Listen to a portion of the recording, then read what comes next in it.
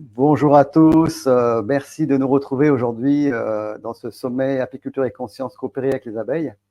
Et aujourd'hui, j'ai le plaisir d'accueillir Léo Mouillard-Lampel, voilà, qui vient de déposer son manuscrit de thèse de doctorat sur un sujet passionnant qui est le sujet des ressources florales comme bien commun. En tout cas, on va aborder ce sujet-là, et notamment sur tout ce qui se passe sur un territoire en termes d'acteurs, hein, que ce soit les abeilles au sens large et puis tous ceux qui finalement exploitent, sans être péjoratif, les ressources que la nature nous donne. Donc bonjour Léo et merci d'avoir accepté mon invitation à cet événement en ligne. Bonjour, merci. Merci beaucoup Voilà, pour l'invitation. ouais, et puis en fait, je me rappelle qu'on s'est rencontrés il y a 2-3 ans, en tout cas peut-être au démarrage de ta thèse. Tu étais venu à la maison et je me demande si j'étais pas la première personne que tu as interviewée. Donc, du coup, le temps a passé et il y a beaucoup de choses qui se sont construites. Et donc, voilà, donc je te propose vraiment d'aller explorer le sujet de ta thèse, hein, qui est faite en collaboration, pour rappel, avec l'INRA d'Avignon et puis l'ITSAP, hein, l'Institut technique et scientifique de l'abeille et de la pollinisation. Et donc, ton sujet de thèse, je crois, c'est la gestion collective des ressources florales et l'organisation spatiale pour concilier la conservation de la biodiversité avec la production apicole. Donc, un sujet très vaste. Et donc, pour nos auditeurs et auditrices qui ne te connaissent pas, est-ce que tu pourrais te présenter et voilà, présenter un petit peu ton parcours et qu'est-ce qui t'a amené finalement à cette thèse de doctorat sur ce sujet passionnant, en tout cas qui va interpeller les apiculteurs de tous bords. Merci à toi. Et, ben merci beaucoup Vincent. Oui, c'est vrai qu'il y a eu pas mal de chemin parcouru là pour arriver à ces 4 années de thèse qui effectivement ont commencé avec aussi avec toi puisque dans la première salve d'entretien que j'ai fait dans les Cévennes à ce moment-là, tu faisais partie effectivement des premières personnes que j'ai rencontrées. Et ben écoute, si je me présente assez rapidement, donc moi j'ai un parcours de biologiste au départ.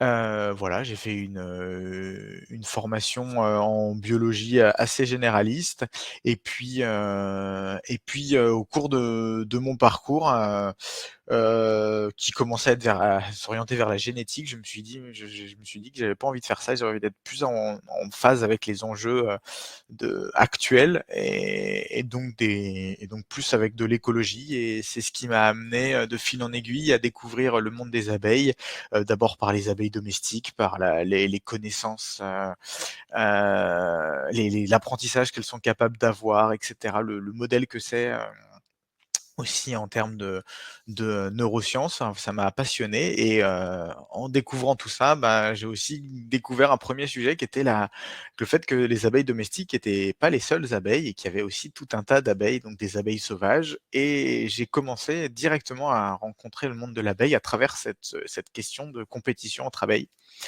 C'est ce qui m'a amené à faire ensuite un master 2 à AgroParisTech autour de l'anthropologie de l'environnement, de l'agroécologie, des dynamiques de société, et cetera. Donc une approche à la fois humaine, sociale et écologique et agronomique. Donc voilà, pour essayer de prendre les enjeux avec les différents regards. Et voilà, et ça fait donc maintenant depuis septembre 2019 que je travaille sur cette thèse, donc voilà, dont le titre final maintenant qui est tout frais, hein, ça est maintenant «La compétition entre abeilles, l'émergence des ressources florales comme un bien commun, analyse Ah, socio-écologique et accompagnement d'une action collective pour le partage des ressources florales pour concilier apiculture et préservation des abeilles sauvages dans le parc national des Cévennes». Voilà. ah mais dis donc, il faut prendre sa respiration pour lire le titre. Ouais, voilà. Et qu'est-ce qui t'a amené finalement à faire cette thèse sur un territoire particulier qui est celui du parc national des Cévennes, voilà, dans lequel je réside et qui est magnifique. Mais voilà, pourquoi ce lieu en particulier et pourquoi ce lieu d'études? Eh ben, un premier concours de circonstances, en fait. Il s'avère qu'au moment où, avec donc, Axel de Courty de l'ITSAP et Michael Henry de, de l'INRAE d'Avignon, qui sont donc, 2 de mes co-directeurs de thèse, on a commencé à réfléchir à ce sujet. On s'est dit que ça serait intéressant d'évoquer ça dans une zone protégée. autre, plus vaste que la Côte Bleue sur laquelle Michael Henry avait déjà fait des études. L'idée, c'était de regarder ça dans des paysages plus hétérogènes. Et au même moment, le parc national des Cévennes est venu nous voir en nous disant que eux s'intéressaient aux problématiques donc des abeilles, des pollinisateurs en général, et qu'ils cherchaient tout un tas de conseils, de collaboration en fait pour mener à bien un plan d'action en faveur des pollinisateurs. Et donc on s'est dit que ça pouvait être l'occasion de partager nos points de vue et voilà et de travailler ensemble là-dessus. Hmm. Et plus précisément, quels ont été donc ces objectifs? Là, on voit que le titre est très ambitieux. Mmh. En tout cas, quels étaient les principaux objectifs de cette thèse, en tout cas en termes d'études et peut-être de recherche de résultats ou de confirmer peut-être des résultats? Notamment, je pense à l'étude de Michael Henry justement sur la côte bleue, sur le romarin, où il avait identifié notamment des compétitions entre abeilles domestiques et abeilles sauvages. Donc, est-ce que tu peux rapidement nous dire un petit peu les objectifs de cette thèse? Tout à fait. Bah, l'idée de cette thèse, c'est de voir que cette problématique de compétition qui a émergé ces dernières années, même si bon, il y a les premières études datent de 1978 ou 1977, mais essentiellement aux États-Unis où là on a importé l'abeille domestique, donc la question se posait de son impact sur les pollinisateurs natifs. Et donc, bah, c'est une question qui a émergé de plus en plus et nous, notre objectif dans la thèse, c'était de regarder pour la première fois cette problématique avec un double regard, à la fois écologique et social, pour voilà, essayer de trouver des solutions ou en tout cas les freins et les leviers qui permettraient de mener, de trouver de nouvelles solutions ou de s'organiser sur le territoire pour concilier l'apiculture et la conservation des abeilles sauvages. Voilà. Et dans le titre, tu parles de bien commun. Hein, je pense que Ouais. tu fais référence en fait au concept d'Elinor Ostrom. Je ne sais pas si je prononce bien le nom, mais est-ce Ostrom, que ouais. tu, Ostrom, Ouais. est-ce que tu pourrais nous dire un petit peu en quoi consiste ce concept et en quoi finalement il s'applique à ta recherche en fait sur cette zone du parc national des Cévennes? Alors, bah, le concept d'Elinor Ostrom, donc qui a eu le prix Nobel de l'économie, qui est la première femme à avoir le prix Nobel d'économie en 2009 pour ses travaux. C'est un concept qu'elle a développé entre les années 60 et 90. En fait, dans les années 60, il y a un papier qui fait beaucoup de bruit, qui est un papier qui s'appelle La tragédie des communs et qui explique que quand on a une ressource qui est à partager, donc l'auteur Garrett Hardin prend pour exemple le pâturage, dit si on a un espace qui est disponible à tous, bah en fait la rationalité des êtres humains fait que ils vont vouloir maximiser leur rendement, donc ils vont mettre au maximum de moutons sur ce pâturage et au final, en fait, les dégâts vont être, enfin, il va y avoir une répartition des effets néfastes, en fait, puisque ça va surexploiter ce milieu, et que les individus sont condamnés à le faire pour Garrett Hardin. Donc, il faut absolument que l'État intervienne ou que le marché privatise, enfin, voilà, qu'il y ait une privatisation des territoires pour que ce soit régulé par le marché et que ce ne soit plus une gestion collective. Sinon, si ces espaces sont ouverts, ils amènent les humains uniquement à surexploiter les milieux. Et ce qu'Elinor Ostrom a montré, c'est que cette théorie était fausse et qu'en fait, il y avait tout un tas d'exemples de personnes qui étaient capables de collaborer pour gérer des biens communs. Donc en fait, elle a commencé par définir ce qu'était qu'un bien commun. Donc le bien commun, c'est un bien qui est à la fois dans lequel il est difficile d'exclure des bénéficiaires et qui est alors soustractible. Alors c'est deux termes un peu compliqués que je vais rapidement développer. L'idée de dire que c'est difficile d'exclure un bénéficiaire, c'est que ce n'est pas un bien qui est privé. Quand on a sa parcelle, c'est facile de dire bah tu rentres pas dans ma parcelle. Par contre, quand on a un bien qui est commun, il est difficile d'aller exclure quelqu'un. Donc quand on a un pâturage, quand on a une zone de pêche, par exemple, ce sont des zones qui sont difficiles à exclure. Et l'idée de dire qu'il est soustractible, c'est quand un usager utilise une ressource, euh, quand on pêche un poisson, par exemple, eh bien dans ces cas-là, ce poisson n'est plus disponible pour un autre usager. Donc, on a une ressource qui est en fait limitée et à partager. Si on peut le dire un peu rapidement. Et ce qui n'est pas le cas d'un bien public. Un bien public, ça serait un lampadaire qui, par exemple, fournit de la lumière, quel que soit le nombre de personnes qu'on est en dessous, en fait. Et donc, elle a défini ça comme les biens communs, qui s'appliquent donc à la pêche, au pâturage, et qui pourraient s'appliquer donc à l'apiculture. Et après, elle a montré que plein de collectifs humains s'organisaient et en fait partageaient des informations, mettaient en place des règles pour collectivement gérer ce bien commun et qu'en fait il n'existait pas d'autres solutions que la privatisation ou la gestion par l'État pour gérer des biens communs et éviter une surexploitation. Il y avait aussi des gestions collectives de personnes. Voilà. Et c'est ça qu'elle a réussi à montrer, que moi j'ai essayé d'adapter aux ressources florales. Donc, en quelque sorte, tu as essayé de transposer ce concept en fait, sur l'apiculture en utilisant un territoire comme celui du Parc national des Cévennes pour voir dans quelle mesure c'était applicable et transposable et surtout avec quels moyens, quels outils ou comment articuler les acteurs d'un territoire pour permettre cette forme d'intelligence collective. C'est un petit peu ça? Tout à fait. Ouais, voilà, l'idée, c'est de se dire, c'était de me demander, est-ce qu'on peut considérer les ressources florales comme un bien commun? Donc, est-ce qu'elle, par rapport à ce que disait Elinor Ostrom, donc le fait qu'il est difficile d'exclure un bénéficiaire, euh, c'est une idée qui fait un peu consensus, puisqu'on sait que voilà, il est difficile d'empêcher un apiculteur ou encore plus une abeille d'aller accéder à une parcelle, puisque un apiculteur peut se positionner à différents endroits autour et que l'abeille, elle, ne connaît pas de frontières. Euh, donc ce première caractéristique semble assez vite remplie. Et puis la question de est-ce que quand on utilise une ressource, elle va être moins disponible pour les autres, ça c'est ce que suggère la compétition, que finalement cette ressource, elle est à partager, elle n'est pas illimitée. Et donc nous, la différence qu'on a avec Elinor Ostrom, c'est qu'elle a travaillé sur des ressources pour lesquelles les, les gens étaient d'accord pour se dire que cette ressource était un bien commun. C'est-à-dire que tout le monde disait, bon oui, quand on pêche un poisson, il y en a moins pour les autres. Mais par contre, pour les ressources florales, eh bien, nous, ce qu'on a essayé de faire, c'est de se demander, est-ce que les gens considèrent que c'est un bien commun? Est-ce que donc les apiculteurs et les apicultrices considèrent que cette ressource est une ressource accessible à tout le monde? Et est-ce que cette ressource, quand on l'utilise, amène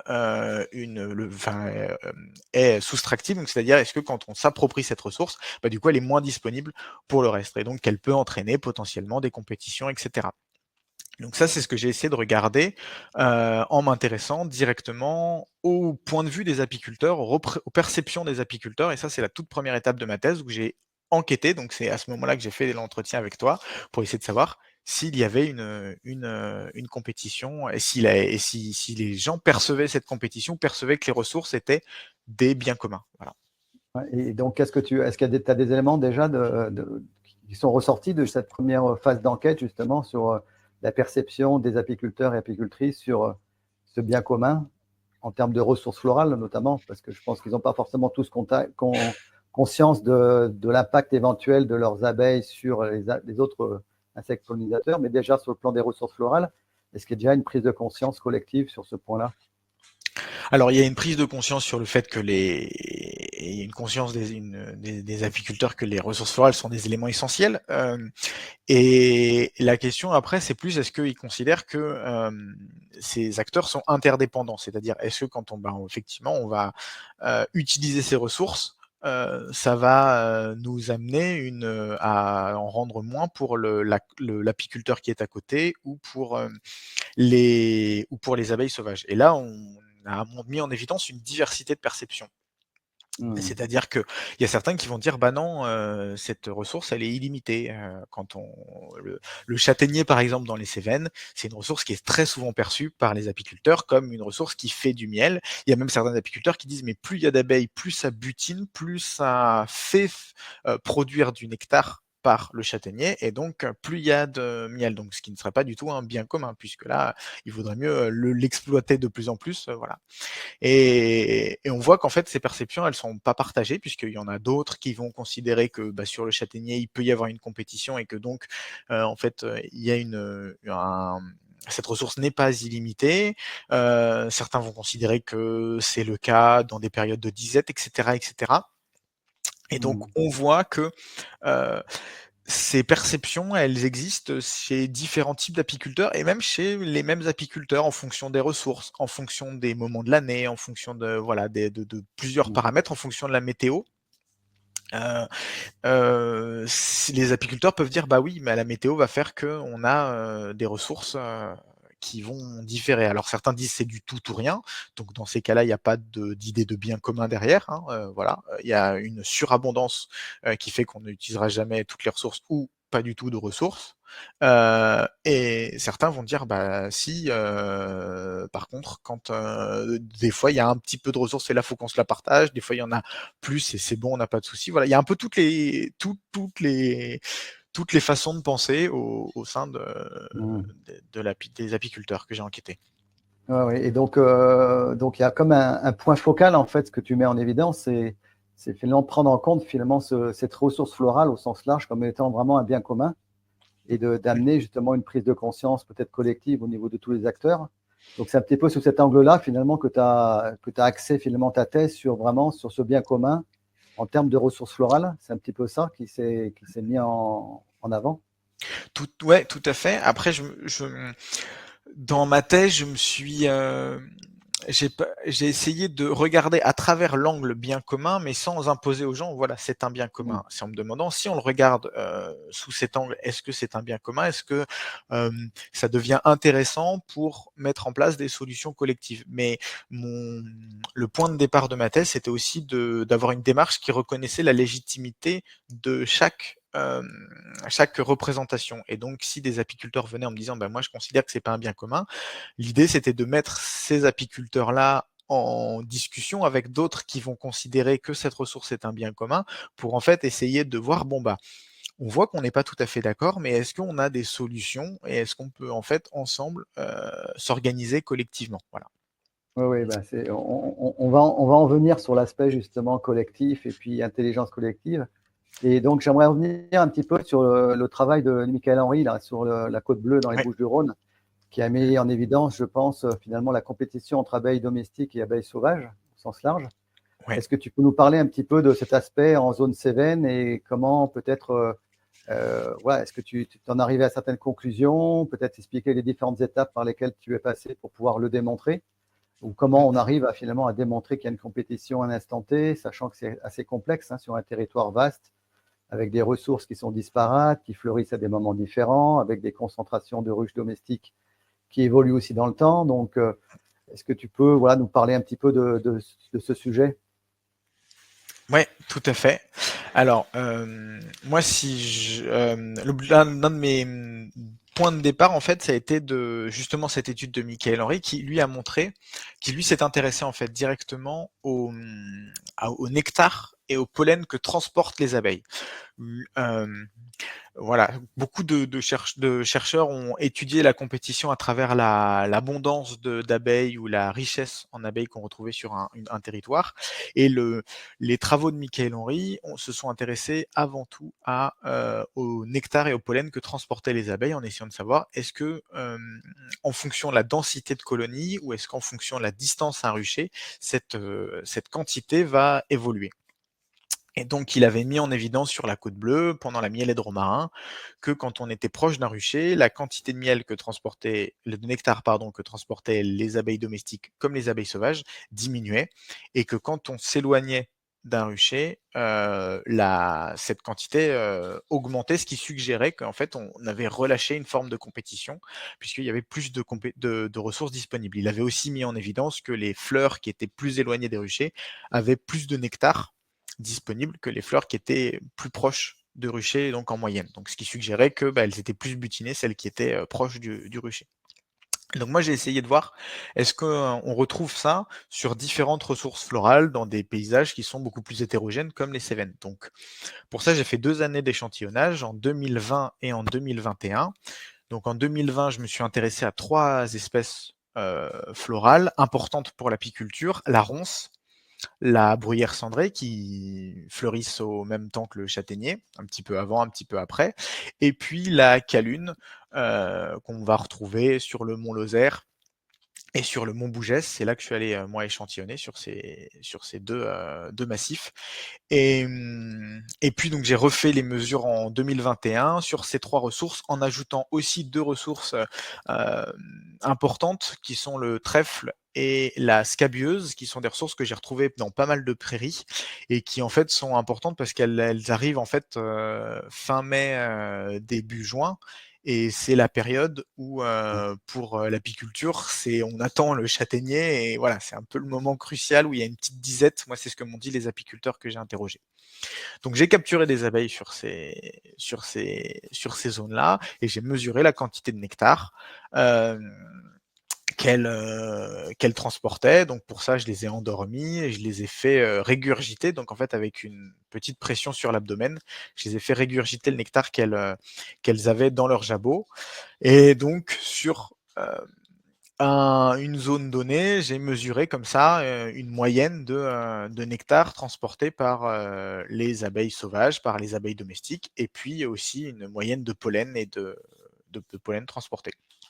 Et ce que mes résultats montrent, c'est qu'on retrouve, alors de façon générique, si on prend l'ensemble des ressources, on va retrouver une diminution de la quantité de nectar et de pollen transporté quand on est proche des ruchers. Et quand au contraire on va être plus éloigné, là on retrouve une quantité qui va être plus importante. Alors moi, la distance que j'ai trouvée, c'est plus aux alentours de 350 mètres pour les abeilles sauvages, à la différence de Michael Henry qui avait montré plutôt 600 mètres de distance. Moi voilà, il s'avère que en fait quand on est en dessous de 350 mètres, les abeilles sauvages ont une quantité de nectar, donc 350 mètres de distance au rucher le plus proche. Les abeilles sauvages ont une quantité de nectar plus inférieure et en moyenne, elles ont une quantité beaucoup plus importante quand on est au-delà de 350 mètres.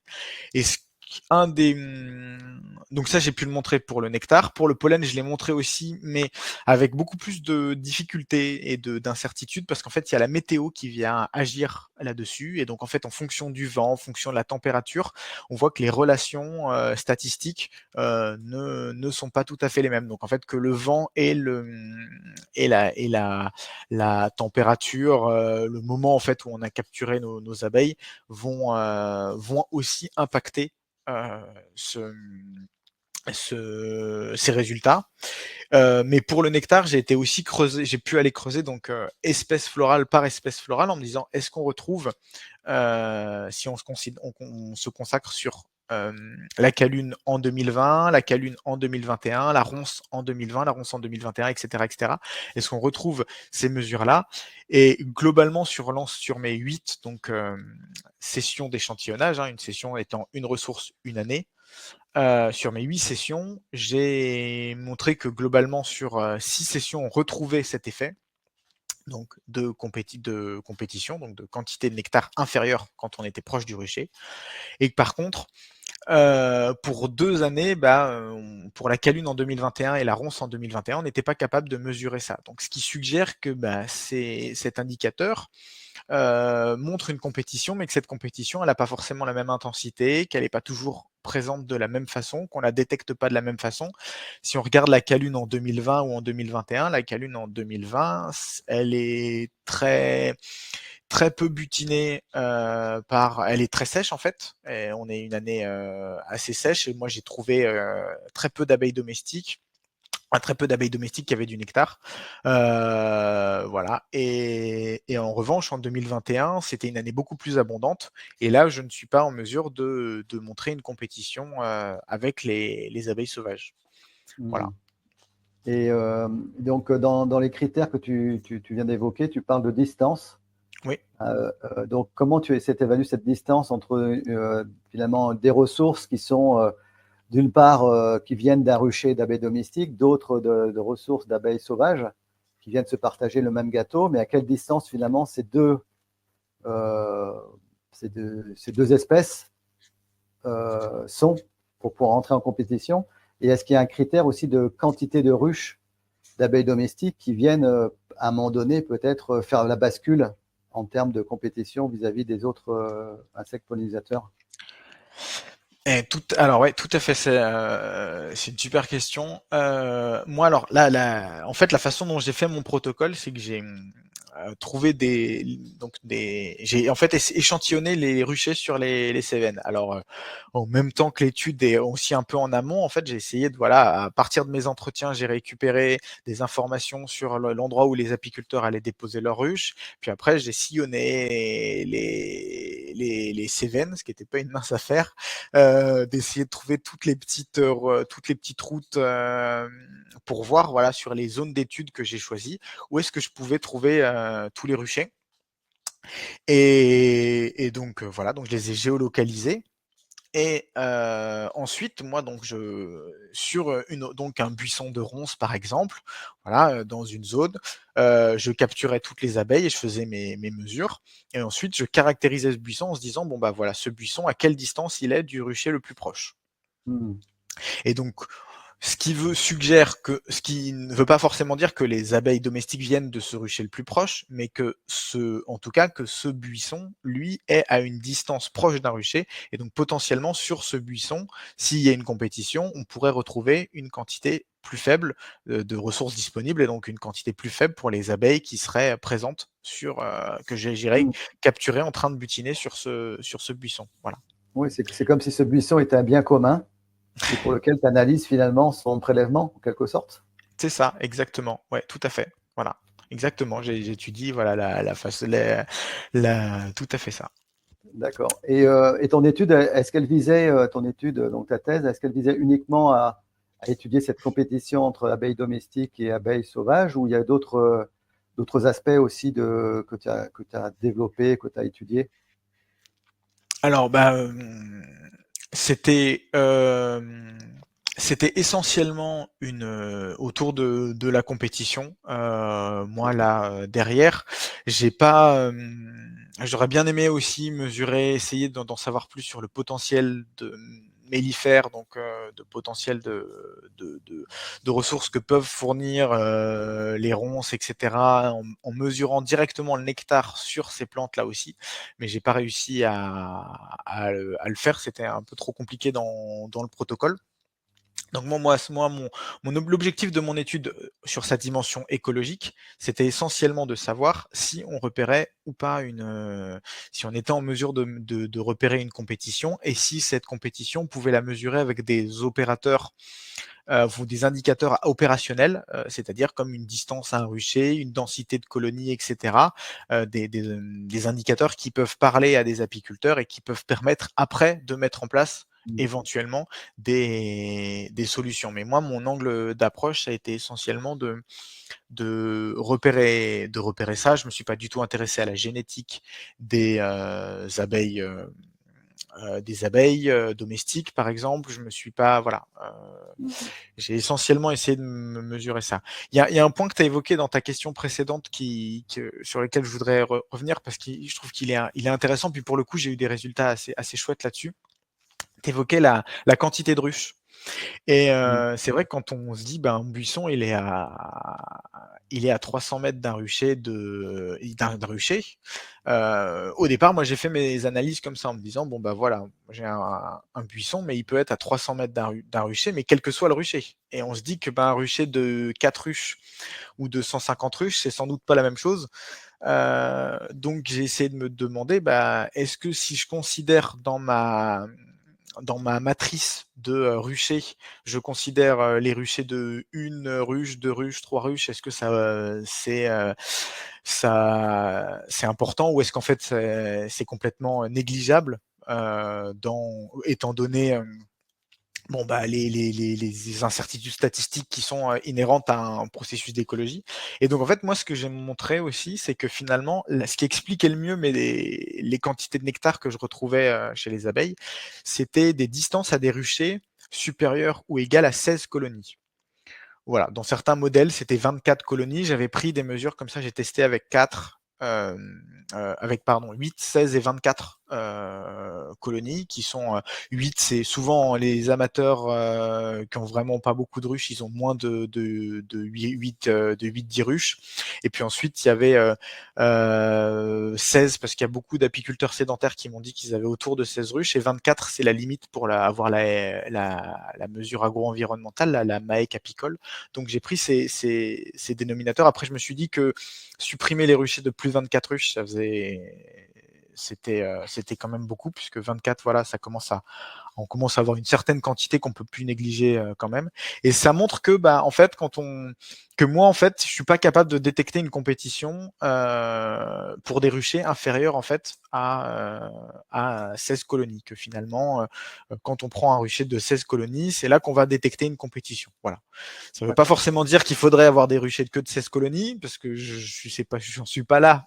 Mes résultats permettent pas de dire ça directement, mais qu'en tout cas, on va détecter cette compétition, nous, à partir de 16 colonies. Donc, quand tu parles à partir de 16 colonies, c'est 16 colonies et au-delà de 16 colonies, j'imagine. Voilà, tout à fait, oui, complètement. Voilà. C'est tout à fait intéressant ta remarque parce que ça rejoint finalement quelques approches par exemple, un apiculteur comme Roch de Mérigot qui, dans son approche justement de gestion spatiale de l'environnement, et notamment il parle de potentiel mellifère, en fait d'étudier la capacité mellifère d'un environnement et de pouvoir en déduire le nombre de ruches qu'on peut installer. Et donc, lui, il considère que c'est autour de 15-16 ruches, hein, moins de 20 ruches en tout cas, sur un périmètre compte tenu du rayon de butinage de l'abeille. Et je pense qu'il y a des apiculteurs, peut-être que certains connaissent, comme Thierry Fedon, qui a fait évoluer sa pratique apicole dans le Limousin, où il est plus sur des ruchers sédentaires, je crois d'une vingtaine de ruches, qui sont distants les uns des autres, et donc avec une approche peut-être plus respectueuse de l'écologie, notamment en termes d'interaction avec les autres espèces d'insectes. C'est effectivement c'est rigolo parce que moi j'ai retrouvé comme ça une note du Québec en 1977 où il commençait à se dire oula, par rapport à avant, les pratiques agricoles ont évolué et donc on a moins de ressources, donc peut-être qu'on peut plus mettre des ruchers aussi importants et que des 15-16 ruches éloignées tous les 2-3 kilomètres, ça permettrait d'éviter une surexploitation ou voilà l'épuisement des ressources pour les autres colonies. Mais ça, c'est un des principaux enjeux qui est en fait soulevé par cette thèse et qu'on a vu ensuite dans les sessions de jeux de rôle que j'ai organisées. Ça a été de se dire, oui, mais en fait, on ne sait pas quel est le potentiel mellifère d'un environnement. On ne sait pas quelle quantité de nectar il va produire, quelle quantité de pollen il va produire, et on le sait encore moins à l'avance, au moment où on va mettre les ruches.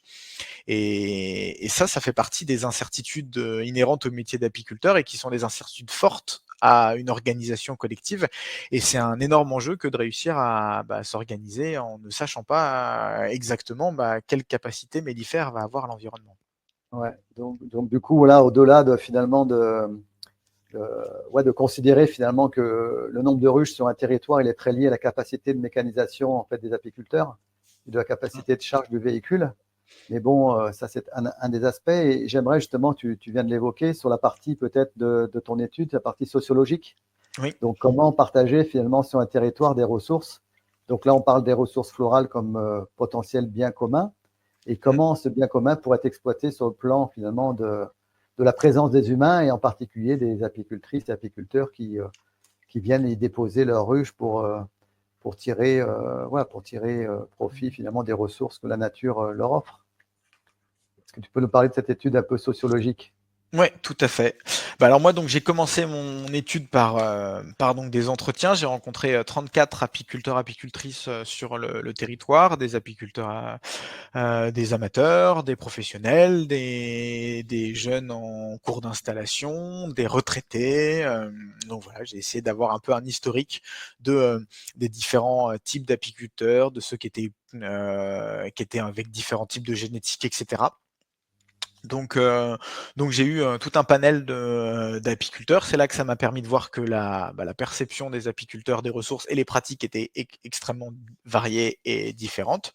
Avec, pour certains, l'idée qu'il fallait éloigner les ruchers d'au moins 4 km et mettre qu'une dizaine de ruches par rucher. D'autres qui considèrent que non, à partir de 200 mètres, on est bien avec son voisin et que 150 ruches, c'est tout à fait supportable pour un rucher, voire même 200, et qu'au contraire, la quantité de miel continue d'augmenter de façon linéaire. Donc il n'y a pas de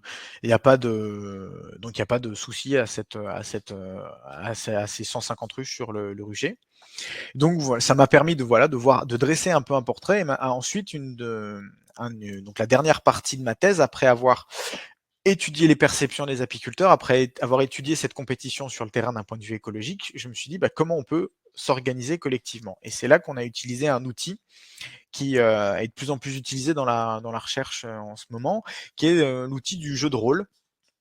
Donc on a organisé des sessions avec les apiculteurs pour les amener à en fait, à travers le jeu, discuter d'organisation collective, à partager des informations, à partager leurs représentations entre les apiculteurs qui considèrent qu'il y a une compétition, ceux qui considèrent que c'est un bien commun, ceux qui considèrent que c'est pas un bien commun, etc.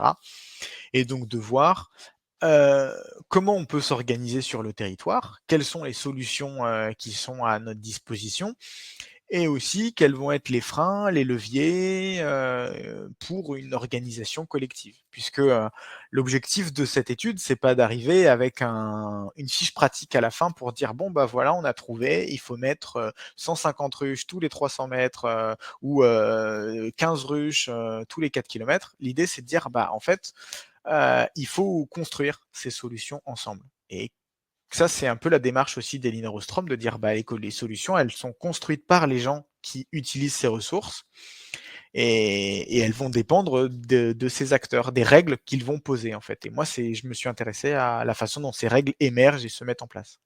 Ouais, donc, est-ce que tu pourrais nous parler un petit peu justement de ces indicateurs, en tout cas à l'issue de ces entretiens? Comment tu as pu construire finalement ce jeu de rôle à travers peut-être ce que tu m'expliquais tout à l'heure sur, parce que c'est déjà utilisé dans la recherche, c'est utilisé dans des projets, en tout cas cette notion d'intelligence collective où, comme on le voit chez l'abeille, hein, c'est pas les capacités individuelles qui sont finalement mises en avant, mais c'est la mise en commun. Et donc, finalement, quelle a été ta démarche finalement pour aller dans cette direction d'impliquer les différents acteurs et de les faire finalement de les interpeller et pouvoir ensuite mettre en place finalement un jeu, ou en tout cas un système à la fois de médiation et de mise en commun finalement des ressources de chacun pour qu'au final, finalement, chacun puisse s'y retrouver. Est-ce que tu peux nous parler un petit peu de tout ça? Tout à fait. Alors moi, ce que j'ai utilisé, c'est une approche en fait qui passe par la mise en place de simulations. Donc le jeu est une simulation pour ensuite à la fois récupérer des connaissances pour comprendre comment s'organisent les apiculteurs, qu'est-ce qui va freiner ou favoriser ces interactions, et aussi accompagner les acteurs vers la mise en place de solutions. Et donc, moi là, ce que j'ai fait, c'est donc j'ai construit un plateau de ruche, un plateau de territoire fictif avec des ressources. Et chaque joueur qui venait, donc que j'avais invité, donc c'est des apiculteurs que j'avais pu interroger aussi avant, que j'invitais donc en leur disant voilà, je voudrais faire un atelier de réflexion autour des ressources florales. Donc j'invitais 6 apiculteurs, apicultrices en même temps.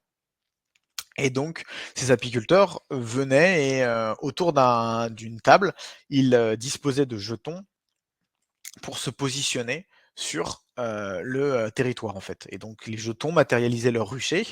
Et derrière, derrière ces jetons, en fait, sur une face cachée, ils mettaient combien d'abeilles, puisqu'on a pris une mesure un peu approximative, mais en fait, en gros, combien de ruches ils allaient positionner sur chacun des ruchers. Et donc comme ça, ils faisaient ça, et en fonction de tout cela, ils récupéraient une récolte. Il y avait aussi des paramètres météo qui faisaient varier cette récolte. Donc ils avaient comme ça 2 saisons d'apiculture, une saison où il y avait des ressources de type châtaignier, de type montagne, et une saison où il y avait des ressources de type calune. Donc voilà, un peu en imaginant un mois de juin par exemple et un mois de juin-juillet et un mois d'août dans les Cévennes. Dans les Cévennes et en Lozère. Et en fait, l'un des principaux donc, indicateurs et discussions, ça a été de dire pour les apiculteurs, en fait, on a une incertitude forte aujourd'hui, c'est quand on dépose un rucher, non seulement on ne sait pas quelle est la quantité de ressources que produit notre environnement, et ça, c'est peut-être une incertitude qu'on aura du mal à un jour à vraiment étayer. Alors, il y a des études scientifiques qui essayent de mesurer de plus en plus ce potentiel mellifère, mais ça reste très compliqué et fluctuant aussi avec la météo. Mais une des incertitudes, c'est qu'on ne sait pas non plus combien il y avait de ruches. Et on ne sait pas au début, on ne sait pas non plus à la fin. Et donc on ne peut pas dire, quand on compare deux années différentes, on peut dire oui, cette année, la grande différence, c'est qu'il y a eu une météo qui était pas la même, mais on ne sait pas combien de ruches étaient présentes autour du territoire. Et ce que les acteurs ont mis en avant dans le jeu, c'est que ce partage de cette information sur combien de ruches sont présentes autour d'un territoire, etc., qui est présent à peu près à quel moment, c'était une information qui était importante pour s'organiser.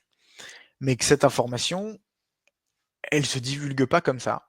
C'est un peu une difficulté pour les apiculteurs parce que c'est en fait c'est pas tant quelque chose qui n'appartiendrait qu'aux apiculteurs et qui serait très novateur là-dessus. Non, c'est dans toutes les études sur les biens communs, que ce soit la pêche, que ce soit le pâturage, un des enjeux fondamentaux, c'est la confiance. Et il faut construire de la confiance entre les acteurs pour pouvoir se partager des informations.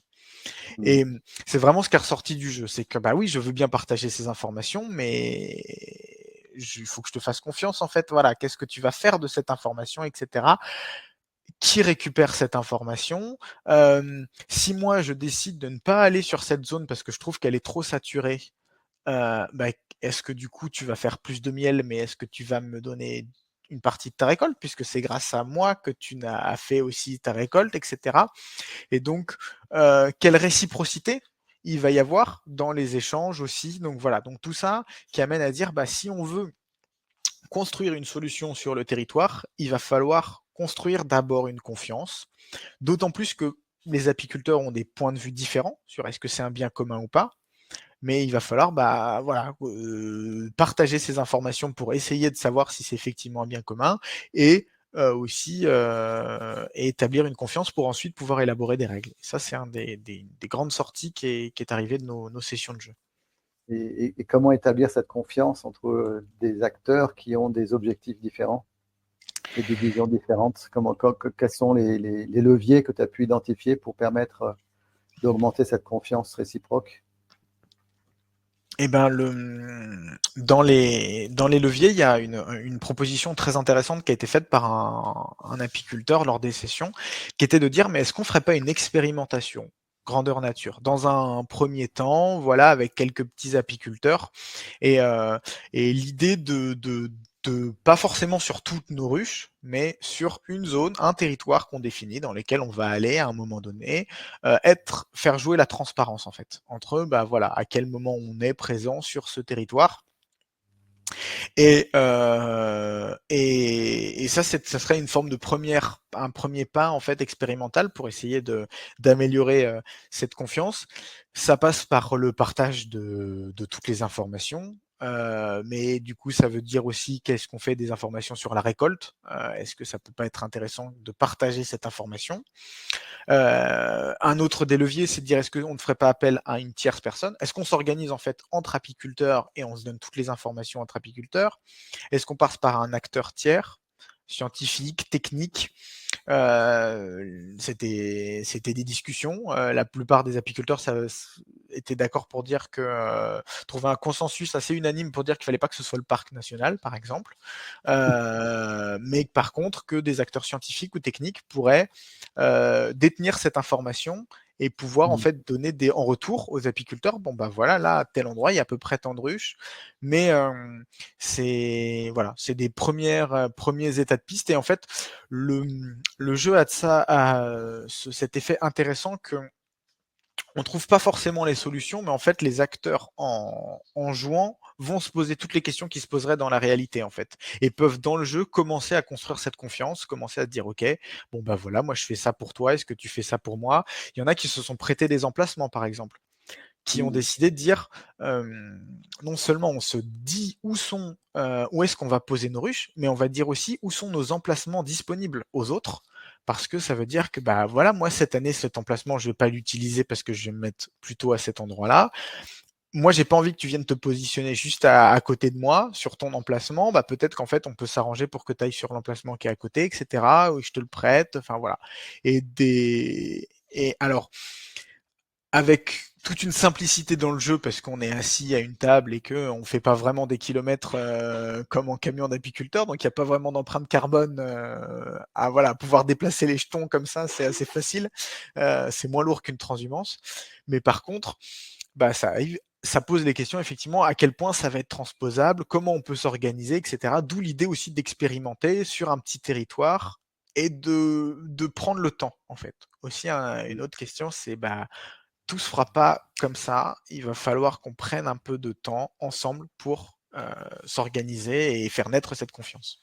Voilà. Oui, donc du coup, il y a de nombreux défis, hein. Tu parles de Oui. confiance, tu parles de transparence, tu parles de... Ouais, est-ce que tu peux voilà, peut-être présumer des différents défis potentiels en fait qui concernent finalement les ressources florales entre les différents acteurs qui sont certes les apiculteurs, mais il peut y avoir aussi les naturalistes, il peut y avoir des forestiers, il peut y avoir toutes sortes d'acteurs finalement sur un territoire. Et Mhm. donc, quels sont finalement au-delà de la transparence et de la confiance entre apiculteurs, plus largement sur un territoire, quels seraient pour toi vraiment les défis et importants, notamment en termes écologiques et en termes on parle de ressources florales, on parle de maintien de la masse des insectes, hein. Au niveau, Mhm. on sait qu'il y a 80% des insectes qui agissent en fait sur la pollinisation. Donc, est-ce que tu peux voilà, nous parler un petit peu de ces défis globaux et collectifs auxquels on est confronté sur la gestion d'un territoire? Bah alors, l'un des premiers défis, ça reste de trouver comment on fait un langage commun entre ces différents acteurs et actrices, parce que on voit bien, moi j'ai fait aussi des sessions de jeu avec des chercheurs, des écologues qui avaient étudié la compétition, des gestionnaires de parcs, etc. Mmh. Et on voit bien que ben voilà, le jeu aussi était une façon d'amener un premier langage commun et pour eux de comprendre l'autre en fait, et qui est une des premières étapes parce que ce qu'amène le jeu, c'est aussi, je parlais de défis pour les apiculteurs pour s'organiser collectivement. Euh, le jeu montre aussi au niveau des gestionnaires que bah, quelle est la réalité de l'apiculture, quelles sont les incertitudes, les défis qu'ont les apiculteurs, quelle est la difficulté de partager une information sur un rucher, etc., etc. Et qui amène aussi à dire aux gestionnaires c'est pas si simple que des solutions comme interdire l'apiculture sur une zone ne sont pas forcément des solutions qui vont être souhaitables, mais qu'au contraire, on peut trouver des solutions inclusives et on peut discuter et se parler. Et que l'approche par le jeu est un premier pas pour amener les gens à discuter ensemble avec moins de pression que quand on parle Mmh. directement de ces ruches. Mais après, en essayant de transposer ça à ces ruches. Après, ce qui va rester comme un défi, bah, enfin, l'un des défis, c'est comment construire ensemble une organisation collective pour prendre en compte ce bien commun. Voilà. On est vraiment là-dedans. Ce que le contexte actuel en fait fait sous-entendre, c'est que cette question de la compétition, elle grandit, que les apiculteurs vont y être confrontés en fait, parce que des gestionnaires des aires naturelles se saisissent de ce problème, des villes commencent à prendre des mesures, et donc aujourd'hui, ces mesures-là, elles sont pas forcément les plus appropriées, parce qu'elles sont souvent faites de façon descendante et qu'il faudrait qu'on s'organise collectivement. Donc ça, c'est un des premiers défis. Et après, l'autre défi qui a été pas mal identifié, c'est que on parle de partage de ressources. Et moi, mon étude s'est essentiellement concentrée sur ce partage, mais derrière, il y a tout un tas d'autres choses. Il y a non seulement des partages, le partage d'un territoire d'un point de vue sanitaire, que moi j'ai pas vraiment évoqué, mais qui pourrait être une solution pour les acteurs pour se mettre ensemble en fait.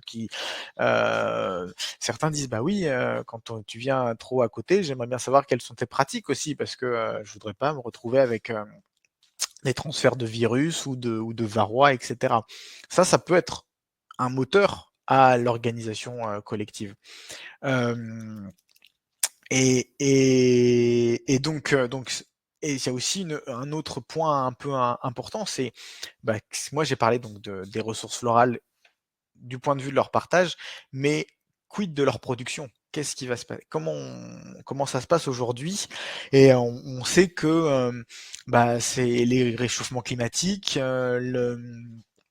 et globalement les changements climatiques d'une manière générale, voire le chaos climatique qui s'annonce pour ces prochaines années, comme le changement des pratiques agricoles aussi, font que bah, les ressources florales, elles sont plus les mêmes. Et donc, comment on peut s'organiser pour que le problème ne soit pas simplement le partage d'une part de gâteau qui va être de plus en plus petite, mais comment on peut faire ensemble en sorte que cette part de gâteau, elle augmente. Alors ça, j'ai pas étudié ça moi directement, mais c'est ce qui ressort aussi à la fin. C'est les apiculteurs disent aussi, et les gestionnaires hein, qui ont participé à ça, qui ont dit ben, on peut pas résoudre ce problème uniquement un problème de partage. Il faut aussi augmenter ça. Voilà. Et il va y avoir un défi. Et peut-être que ensemble, apiculteurs, apicultrices et gestionnaires d'aires protégées et naturalistes ont un défi commun qui est aussi d'augmenter la quantité de ressources florales disponibles pour l'ensemble des abeilles sauvages et domestiques. D'ailleurs, un truc qui est assez intéressant, c'est que moi, dans ma thèse, j'ai étudié la, à la fois la compétition qu'il y a entre les ruches et la compétition qu'il y a entre les ruches et les abeilles sauvages. Et dans le jeu, il y avait ces deux compétitions qui étaient modélisées. Et ce qui ressortait, c'est que les apiculteurs étaient plus enclins à s'organiser pour limiter la compétition envers les abeilles sauvages que enclin à limiter la compétition entre eux en fait. Parce que, alors bon, peut-être que j'ai eu plus de professionnels et que ça biaise ce point de vue, mais pour les professionnels, c'était plutôt bon bah oui, mais ça c'est notre tambouille si on fait moins de miel parce qu'il y a quelqu'un à côté, bon bah c'est pas dramatique. Par contre, la question des abeilles sauvages, le fait qu'il puisse y avoir des mesures, le fait que les apiculteurs s'interrogent quand même sur leurs pratiques et l'impact qu'ils peuvent avoir sur l'environnement, ça a été une source, un moteur à l'organisation collective. Donc, est-ce que ce moteur, cette préservation des abeilles sauvages peut être un moteur conjoint pour les apiculteurs et pour les gestionnaires d'aires protégées pour augmenter les ressources? Voilà. Mais le défi, ça va être comment on va réussir maintenant à motiver les agriculteurs, les forestiers, etc., pour augmenter cette ressource. Oui, donc du coup, c'était, voilà, tu anticipes ma prochaine question, à savoir voilà, comment tu comptes sensibiliser justement et impliquer à la fois voilà, le monde apicole, à la fois les naturalistes et puis l'ensemble des acteurs. Donc, tu parlais de ce jeu. Est-ce que tu as déjà voilà, des projets en fait de mobilisation finalement autour de cet outil qui est ce jeu de rôle pour justement faire avancer la réflexion et mettre en place des actions concrètes sur ce sujet?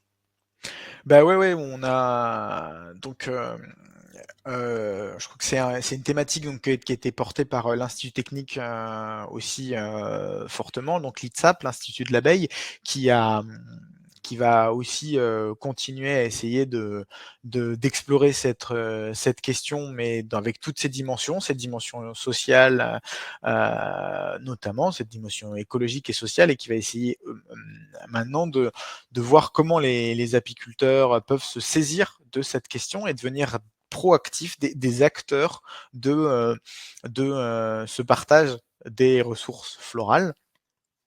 Et moi, de mon côté, donc avec les chercheurs, notamment Cécile Barneau, qui a été aussi mon encadrante donc à Toulouse, on va, on va s'organiser, voilà, je vais travailler encore quelques années sur ce sujet. Et l'objectif, c'est de transposer ce jeu qu'on a étudié dans un contexte particulier, les Cévennes. Et on aimerait savoir si on retrouve dans différents endroits en France euh, les mêmes problématiques. Est-ce que voilà, et est-ce que cet outil a aussi un potentiel pour aller faire prendre conscience ou au moins faire réfléchir les acteurs et les amener dans une démarche à co-construire une organisation collective sur un territoire. Et donc ça va être l'objectif de ces prochaines années. Donc on va essayer d'aller auprès de différentes ZADA, de différents syndicats apicoles, de différentes aires protégées, proposer ce jeu, organiser des sessions de jeu. Et si l'outil fonctionne bien, comme il est prometteur, et si l'outil fonctionne bien, on aimerait aussi le rendre accessible à tout le monde pour que et en mettant en place un guide de formation, un petit guide, un livret et des formations en ligne pour des animateuristes d'ADA, comme tu as fait partie à un moment donné, pour dire, par exemple, nous, on a envie d'animer ça sur notre territoire, on a un jeu, on prend le jeu, on adapte ce jeu au territoire, et on organise avec les acteurs des discussions, et ensuite, voilà, on voit si ça peut faire naître de l'organisation collective. Voilà. Ouais, c'est un super enjeu, et c'est vrai que quand tu parles de cette co-création collective autour de justement faire face aux défis à venir de l'apiculture, notamment des enjeux écologiques liés à la raréfaction des ressources florales. On parle aussi de l'environnement avec tous les biocides qui sont présents. On parle de changement climatique. Il y a quand même beaucoup d'enjeux sur un territoire où il y a beaucoup d'acteurs potentiels qui pourraient être impliqués. Et ça me fait penser un petit peu à l'interview que j'ai eue avec Orion Vienne, qui a travaillé beaucoup à Cuba. Et à Cuba, l'apiculture est très structurée puisqu'elle est étatisée. Et en même temps, dans cette étatisation, il y a vraiment une prise en compte de la dimension écologique et environnementale, où la technologie notamment est utilisée pour définir les emplacements en fonction des ressources florales, en fonction des compétitions potentielles entre ruchers. Donc, il y a toute une gestion finalement collective étatisée à Cuba qui permet d'avoir une capacité de production, jusqu'à finalement la production de rennes aussi, qui est étatisée et distribuée en fait avec une génétique qui est capable finalement de s'adapter à varroa, donc de limiter le maximum les intrants. Et donc ils ont quand même une filière apicole qui est très très développée à partir d'outils à la fois technologiques et à la fois organisationnels, mais qui évidemment dirigés par l'État. Et ce que tu évoques, c'est vraiment cette capacité finalement de se prendre en charge au niveau de la filière apicole et différents acteurs pour pouvoir co-créer finalement cette autonomie sur un territoire en respectant les objectifs de chacun, puisqu'on voit très bien que sur certains points de vue, quand on est tous passionnés par l'abeille, mais c'est quand la dimension économique rentre en jeu qu'il y a des grains de sable qui se mettent dans les rouages. Et du coup, le jeu de rôle que tu proposes, vraiment, c'est une manière finalement de prendre de la distance, de prendre du recul, puisque c'est sous forme de jeu, et en même temps de prendre conscience de l'impact que chacun d'entre nous pouvons avoir dans nos pratiques, dans nos méthodes, et en même temps d'être à l'écoute finalement de celle de l'autre et de voir que on est tous interreliés. Hein, on parle de coopération avec les abeilles, mais je parlerai aussi finalement de coopération entre nous, entre les humains, et comment à travers une même passion, une même activité, on peut partager finalement les ressources que la nature nous offre, parce qu'elle ne nous appartient pas. Et donc c'est comment, comme tu le dis, être avec ce bien commun qui nous est proposé, et comment, plutôt que, comme tu l'as évoqué au début d'entretien, sur un mini territoire, chacun va tirer au maximum, comment finalement on peut faire grandir la part du gâteau en étant acteur, chacun avec nos sensibilités, chacun nos méthodes, chacun nos compétences. Et donc, j'aimerais te donner le mot de la fin par rapport à cet entretien, et déjà te remercier chaleureusement pour cette étude très intéressante et de longue haleine, hein, puisque voilà, il faut avoir de la persévérance dans ce genre d'études. Donc, félicitations pour cette étude. Et puis, voilà, quel est le mot de la fin que tu pourrais transmettre à celles et ceux qui vont nous écouter à partir du moment où cette vidéo sera en ligne, et puis elle sera en ligne de manière, grâce à la technologie, de manière presque infinie, où chacun pourra découvrir ses partages. Donc voilà, donc je te laisse le mot de la fin, Léo. Bah, c'est ce qui me donne envie de ce qui me donne envie de finir, c'est quand j'avais fait une intervention auprès d'apiculteurs dans les Cévennes. Quelque chose qu'on m'avait dit à la fin, mais c'est oui, mais les apiculteurs, les apicultrices, ils tiennent à leur liberté. Et alors voilà, ça ouvre plein de questionnements philosophiques parce que bah, qu'est-ce que c'est que la liberté? Comment on la tient cette liberté? Et je pense qu'il y a un des grands enjeux, c'est comment on est acteur et actrice de cette liberté. Est-ce qu'on est libre actuellement dans le fonctionnement actuel ou est-ce que la meilleure des libertés, ce serait pas de pouvoir justement être autonome sur nos prises de décision? Mais pour ça, ça veut dire bah, co-construire ensemble un mode de prise de décision sur les territoires.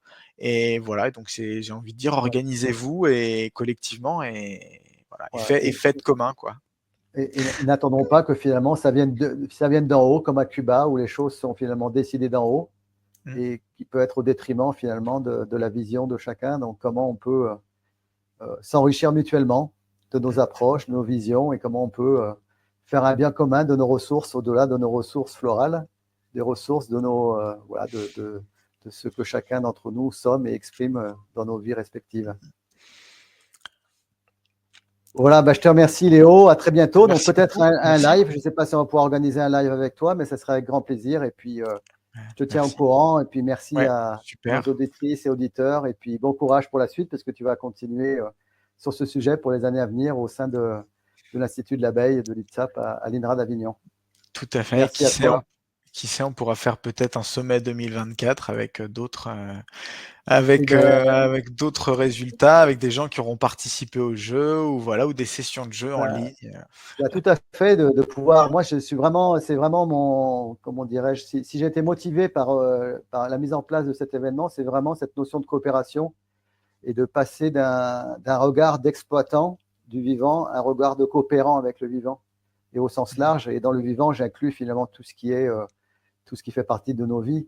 Et ça n'exclut pas finalement les formes d'apiculture qui sont très diverses. Et puis tu l'as vu aussi dans les Cévennes, hein, il y a aussi des purs et durs, comme on pourrait dire, hein, par rapport à l'abeille endémique, ceux qui voudraient vraiment préserver. Voilà, ils ont aussi leurs raisons, leurs arguments, et donc c'est comment arriver à concilier tout ça. Et je pense que le jeu peut vraiment être un outil pour permettre cette réflexion en profondeur et faire émerger des solutions communes où chacun peut y trouver finalement un sens.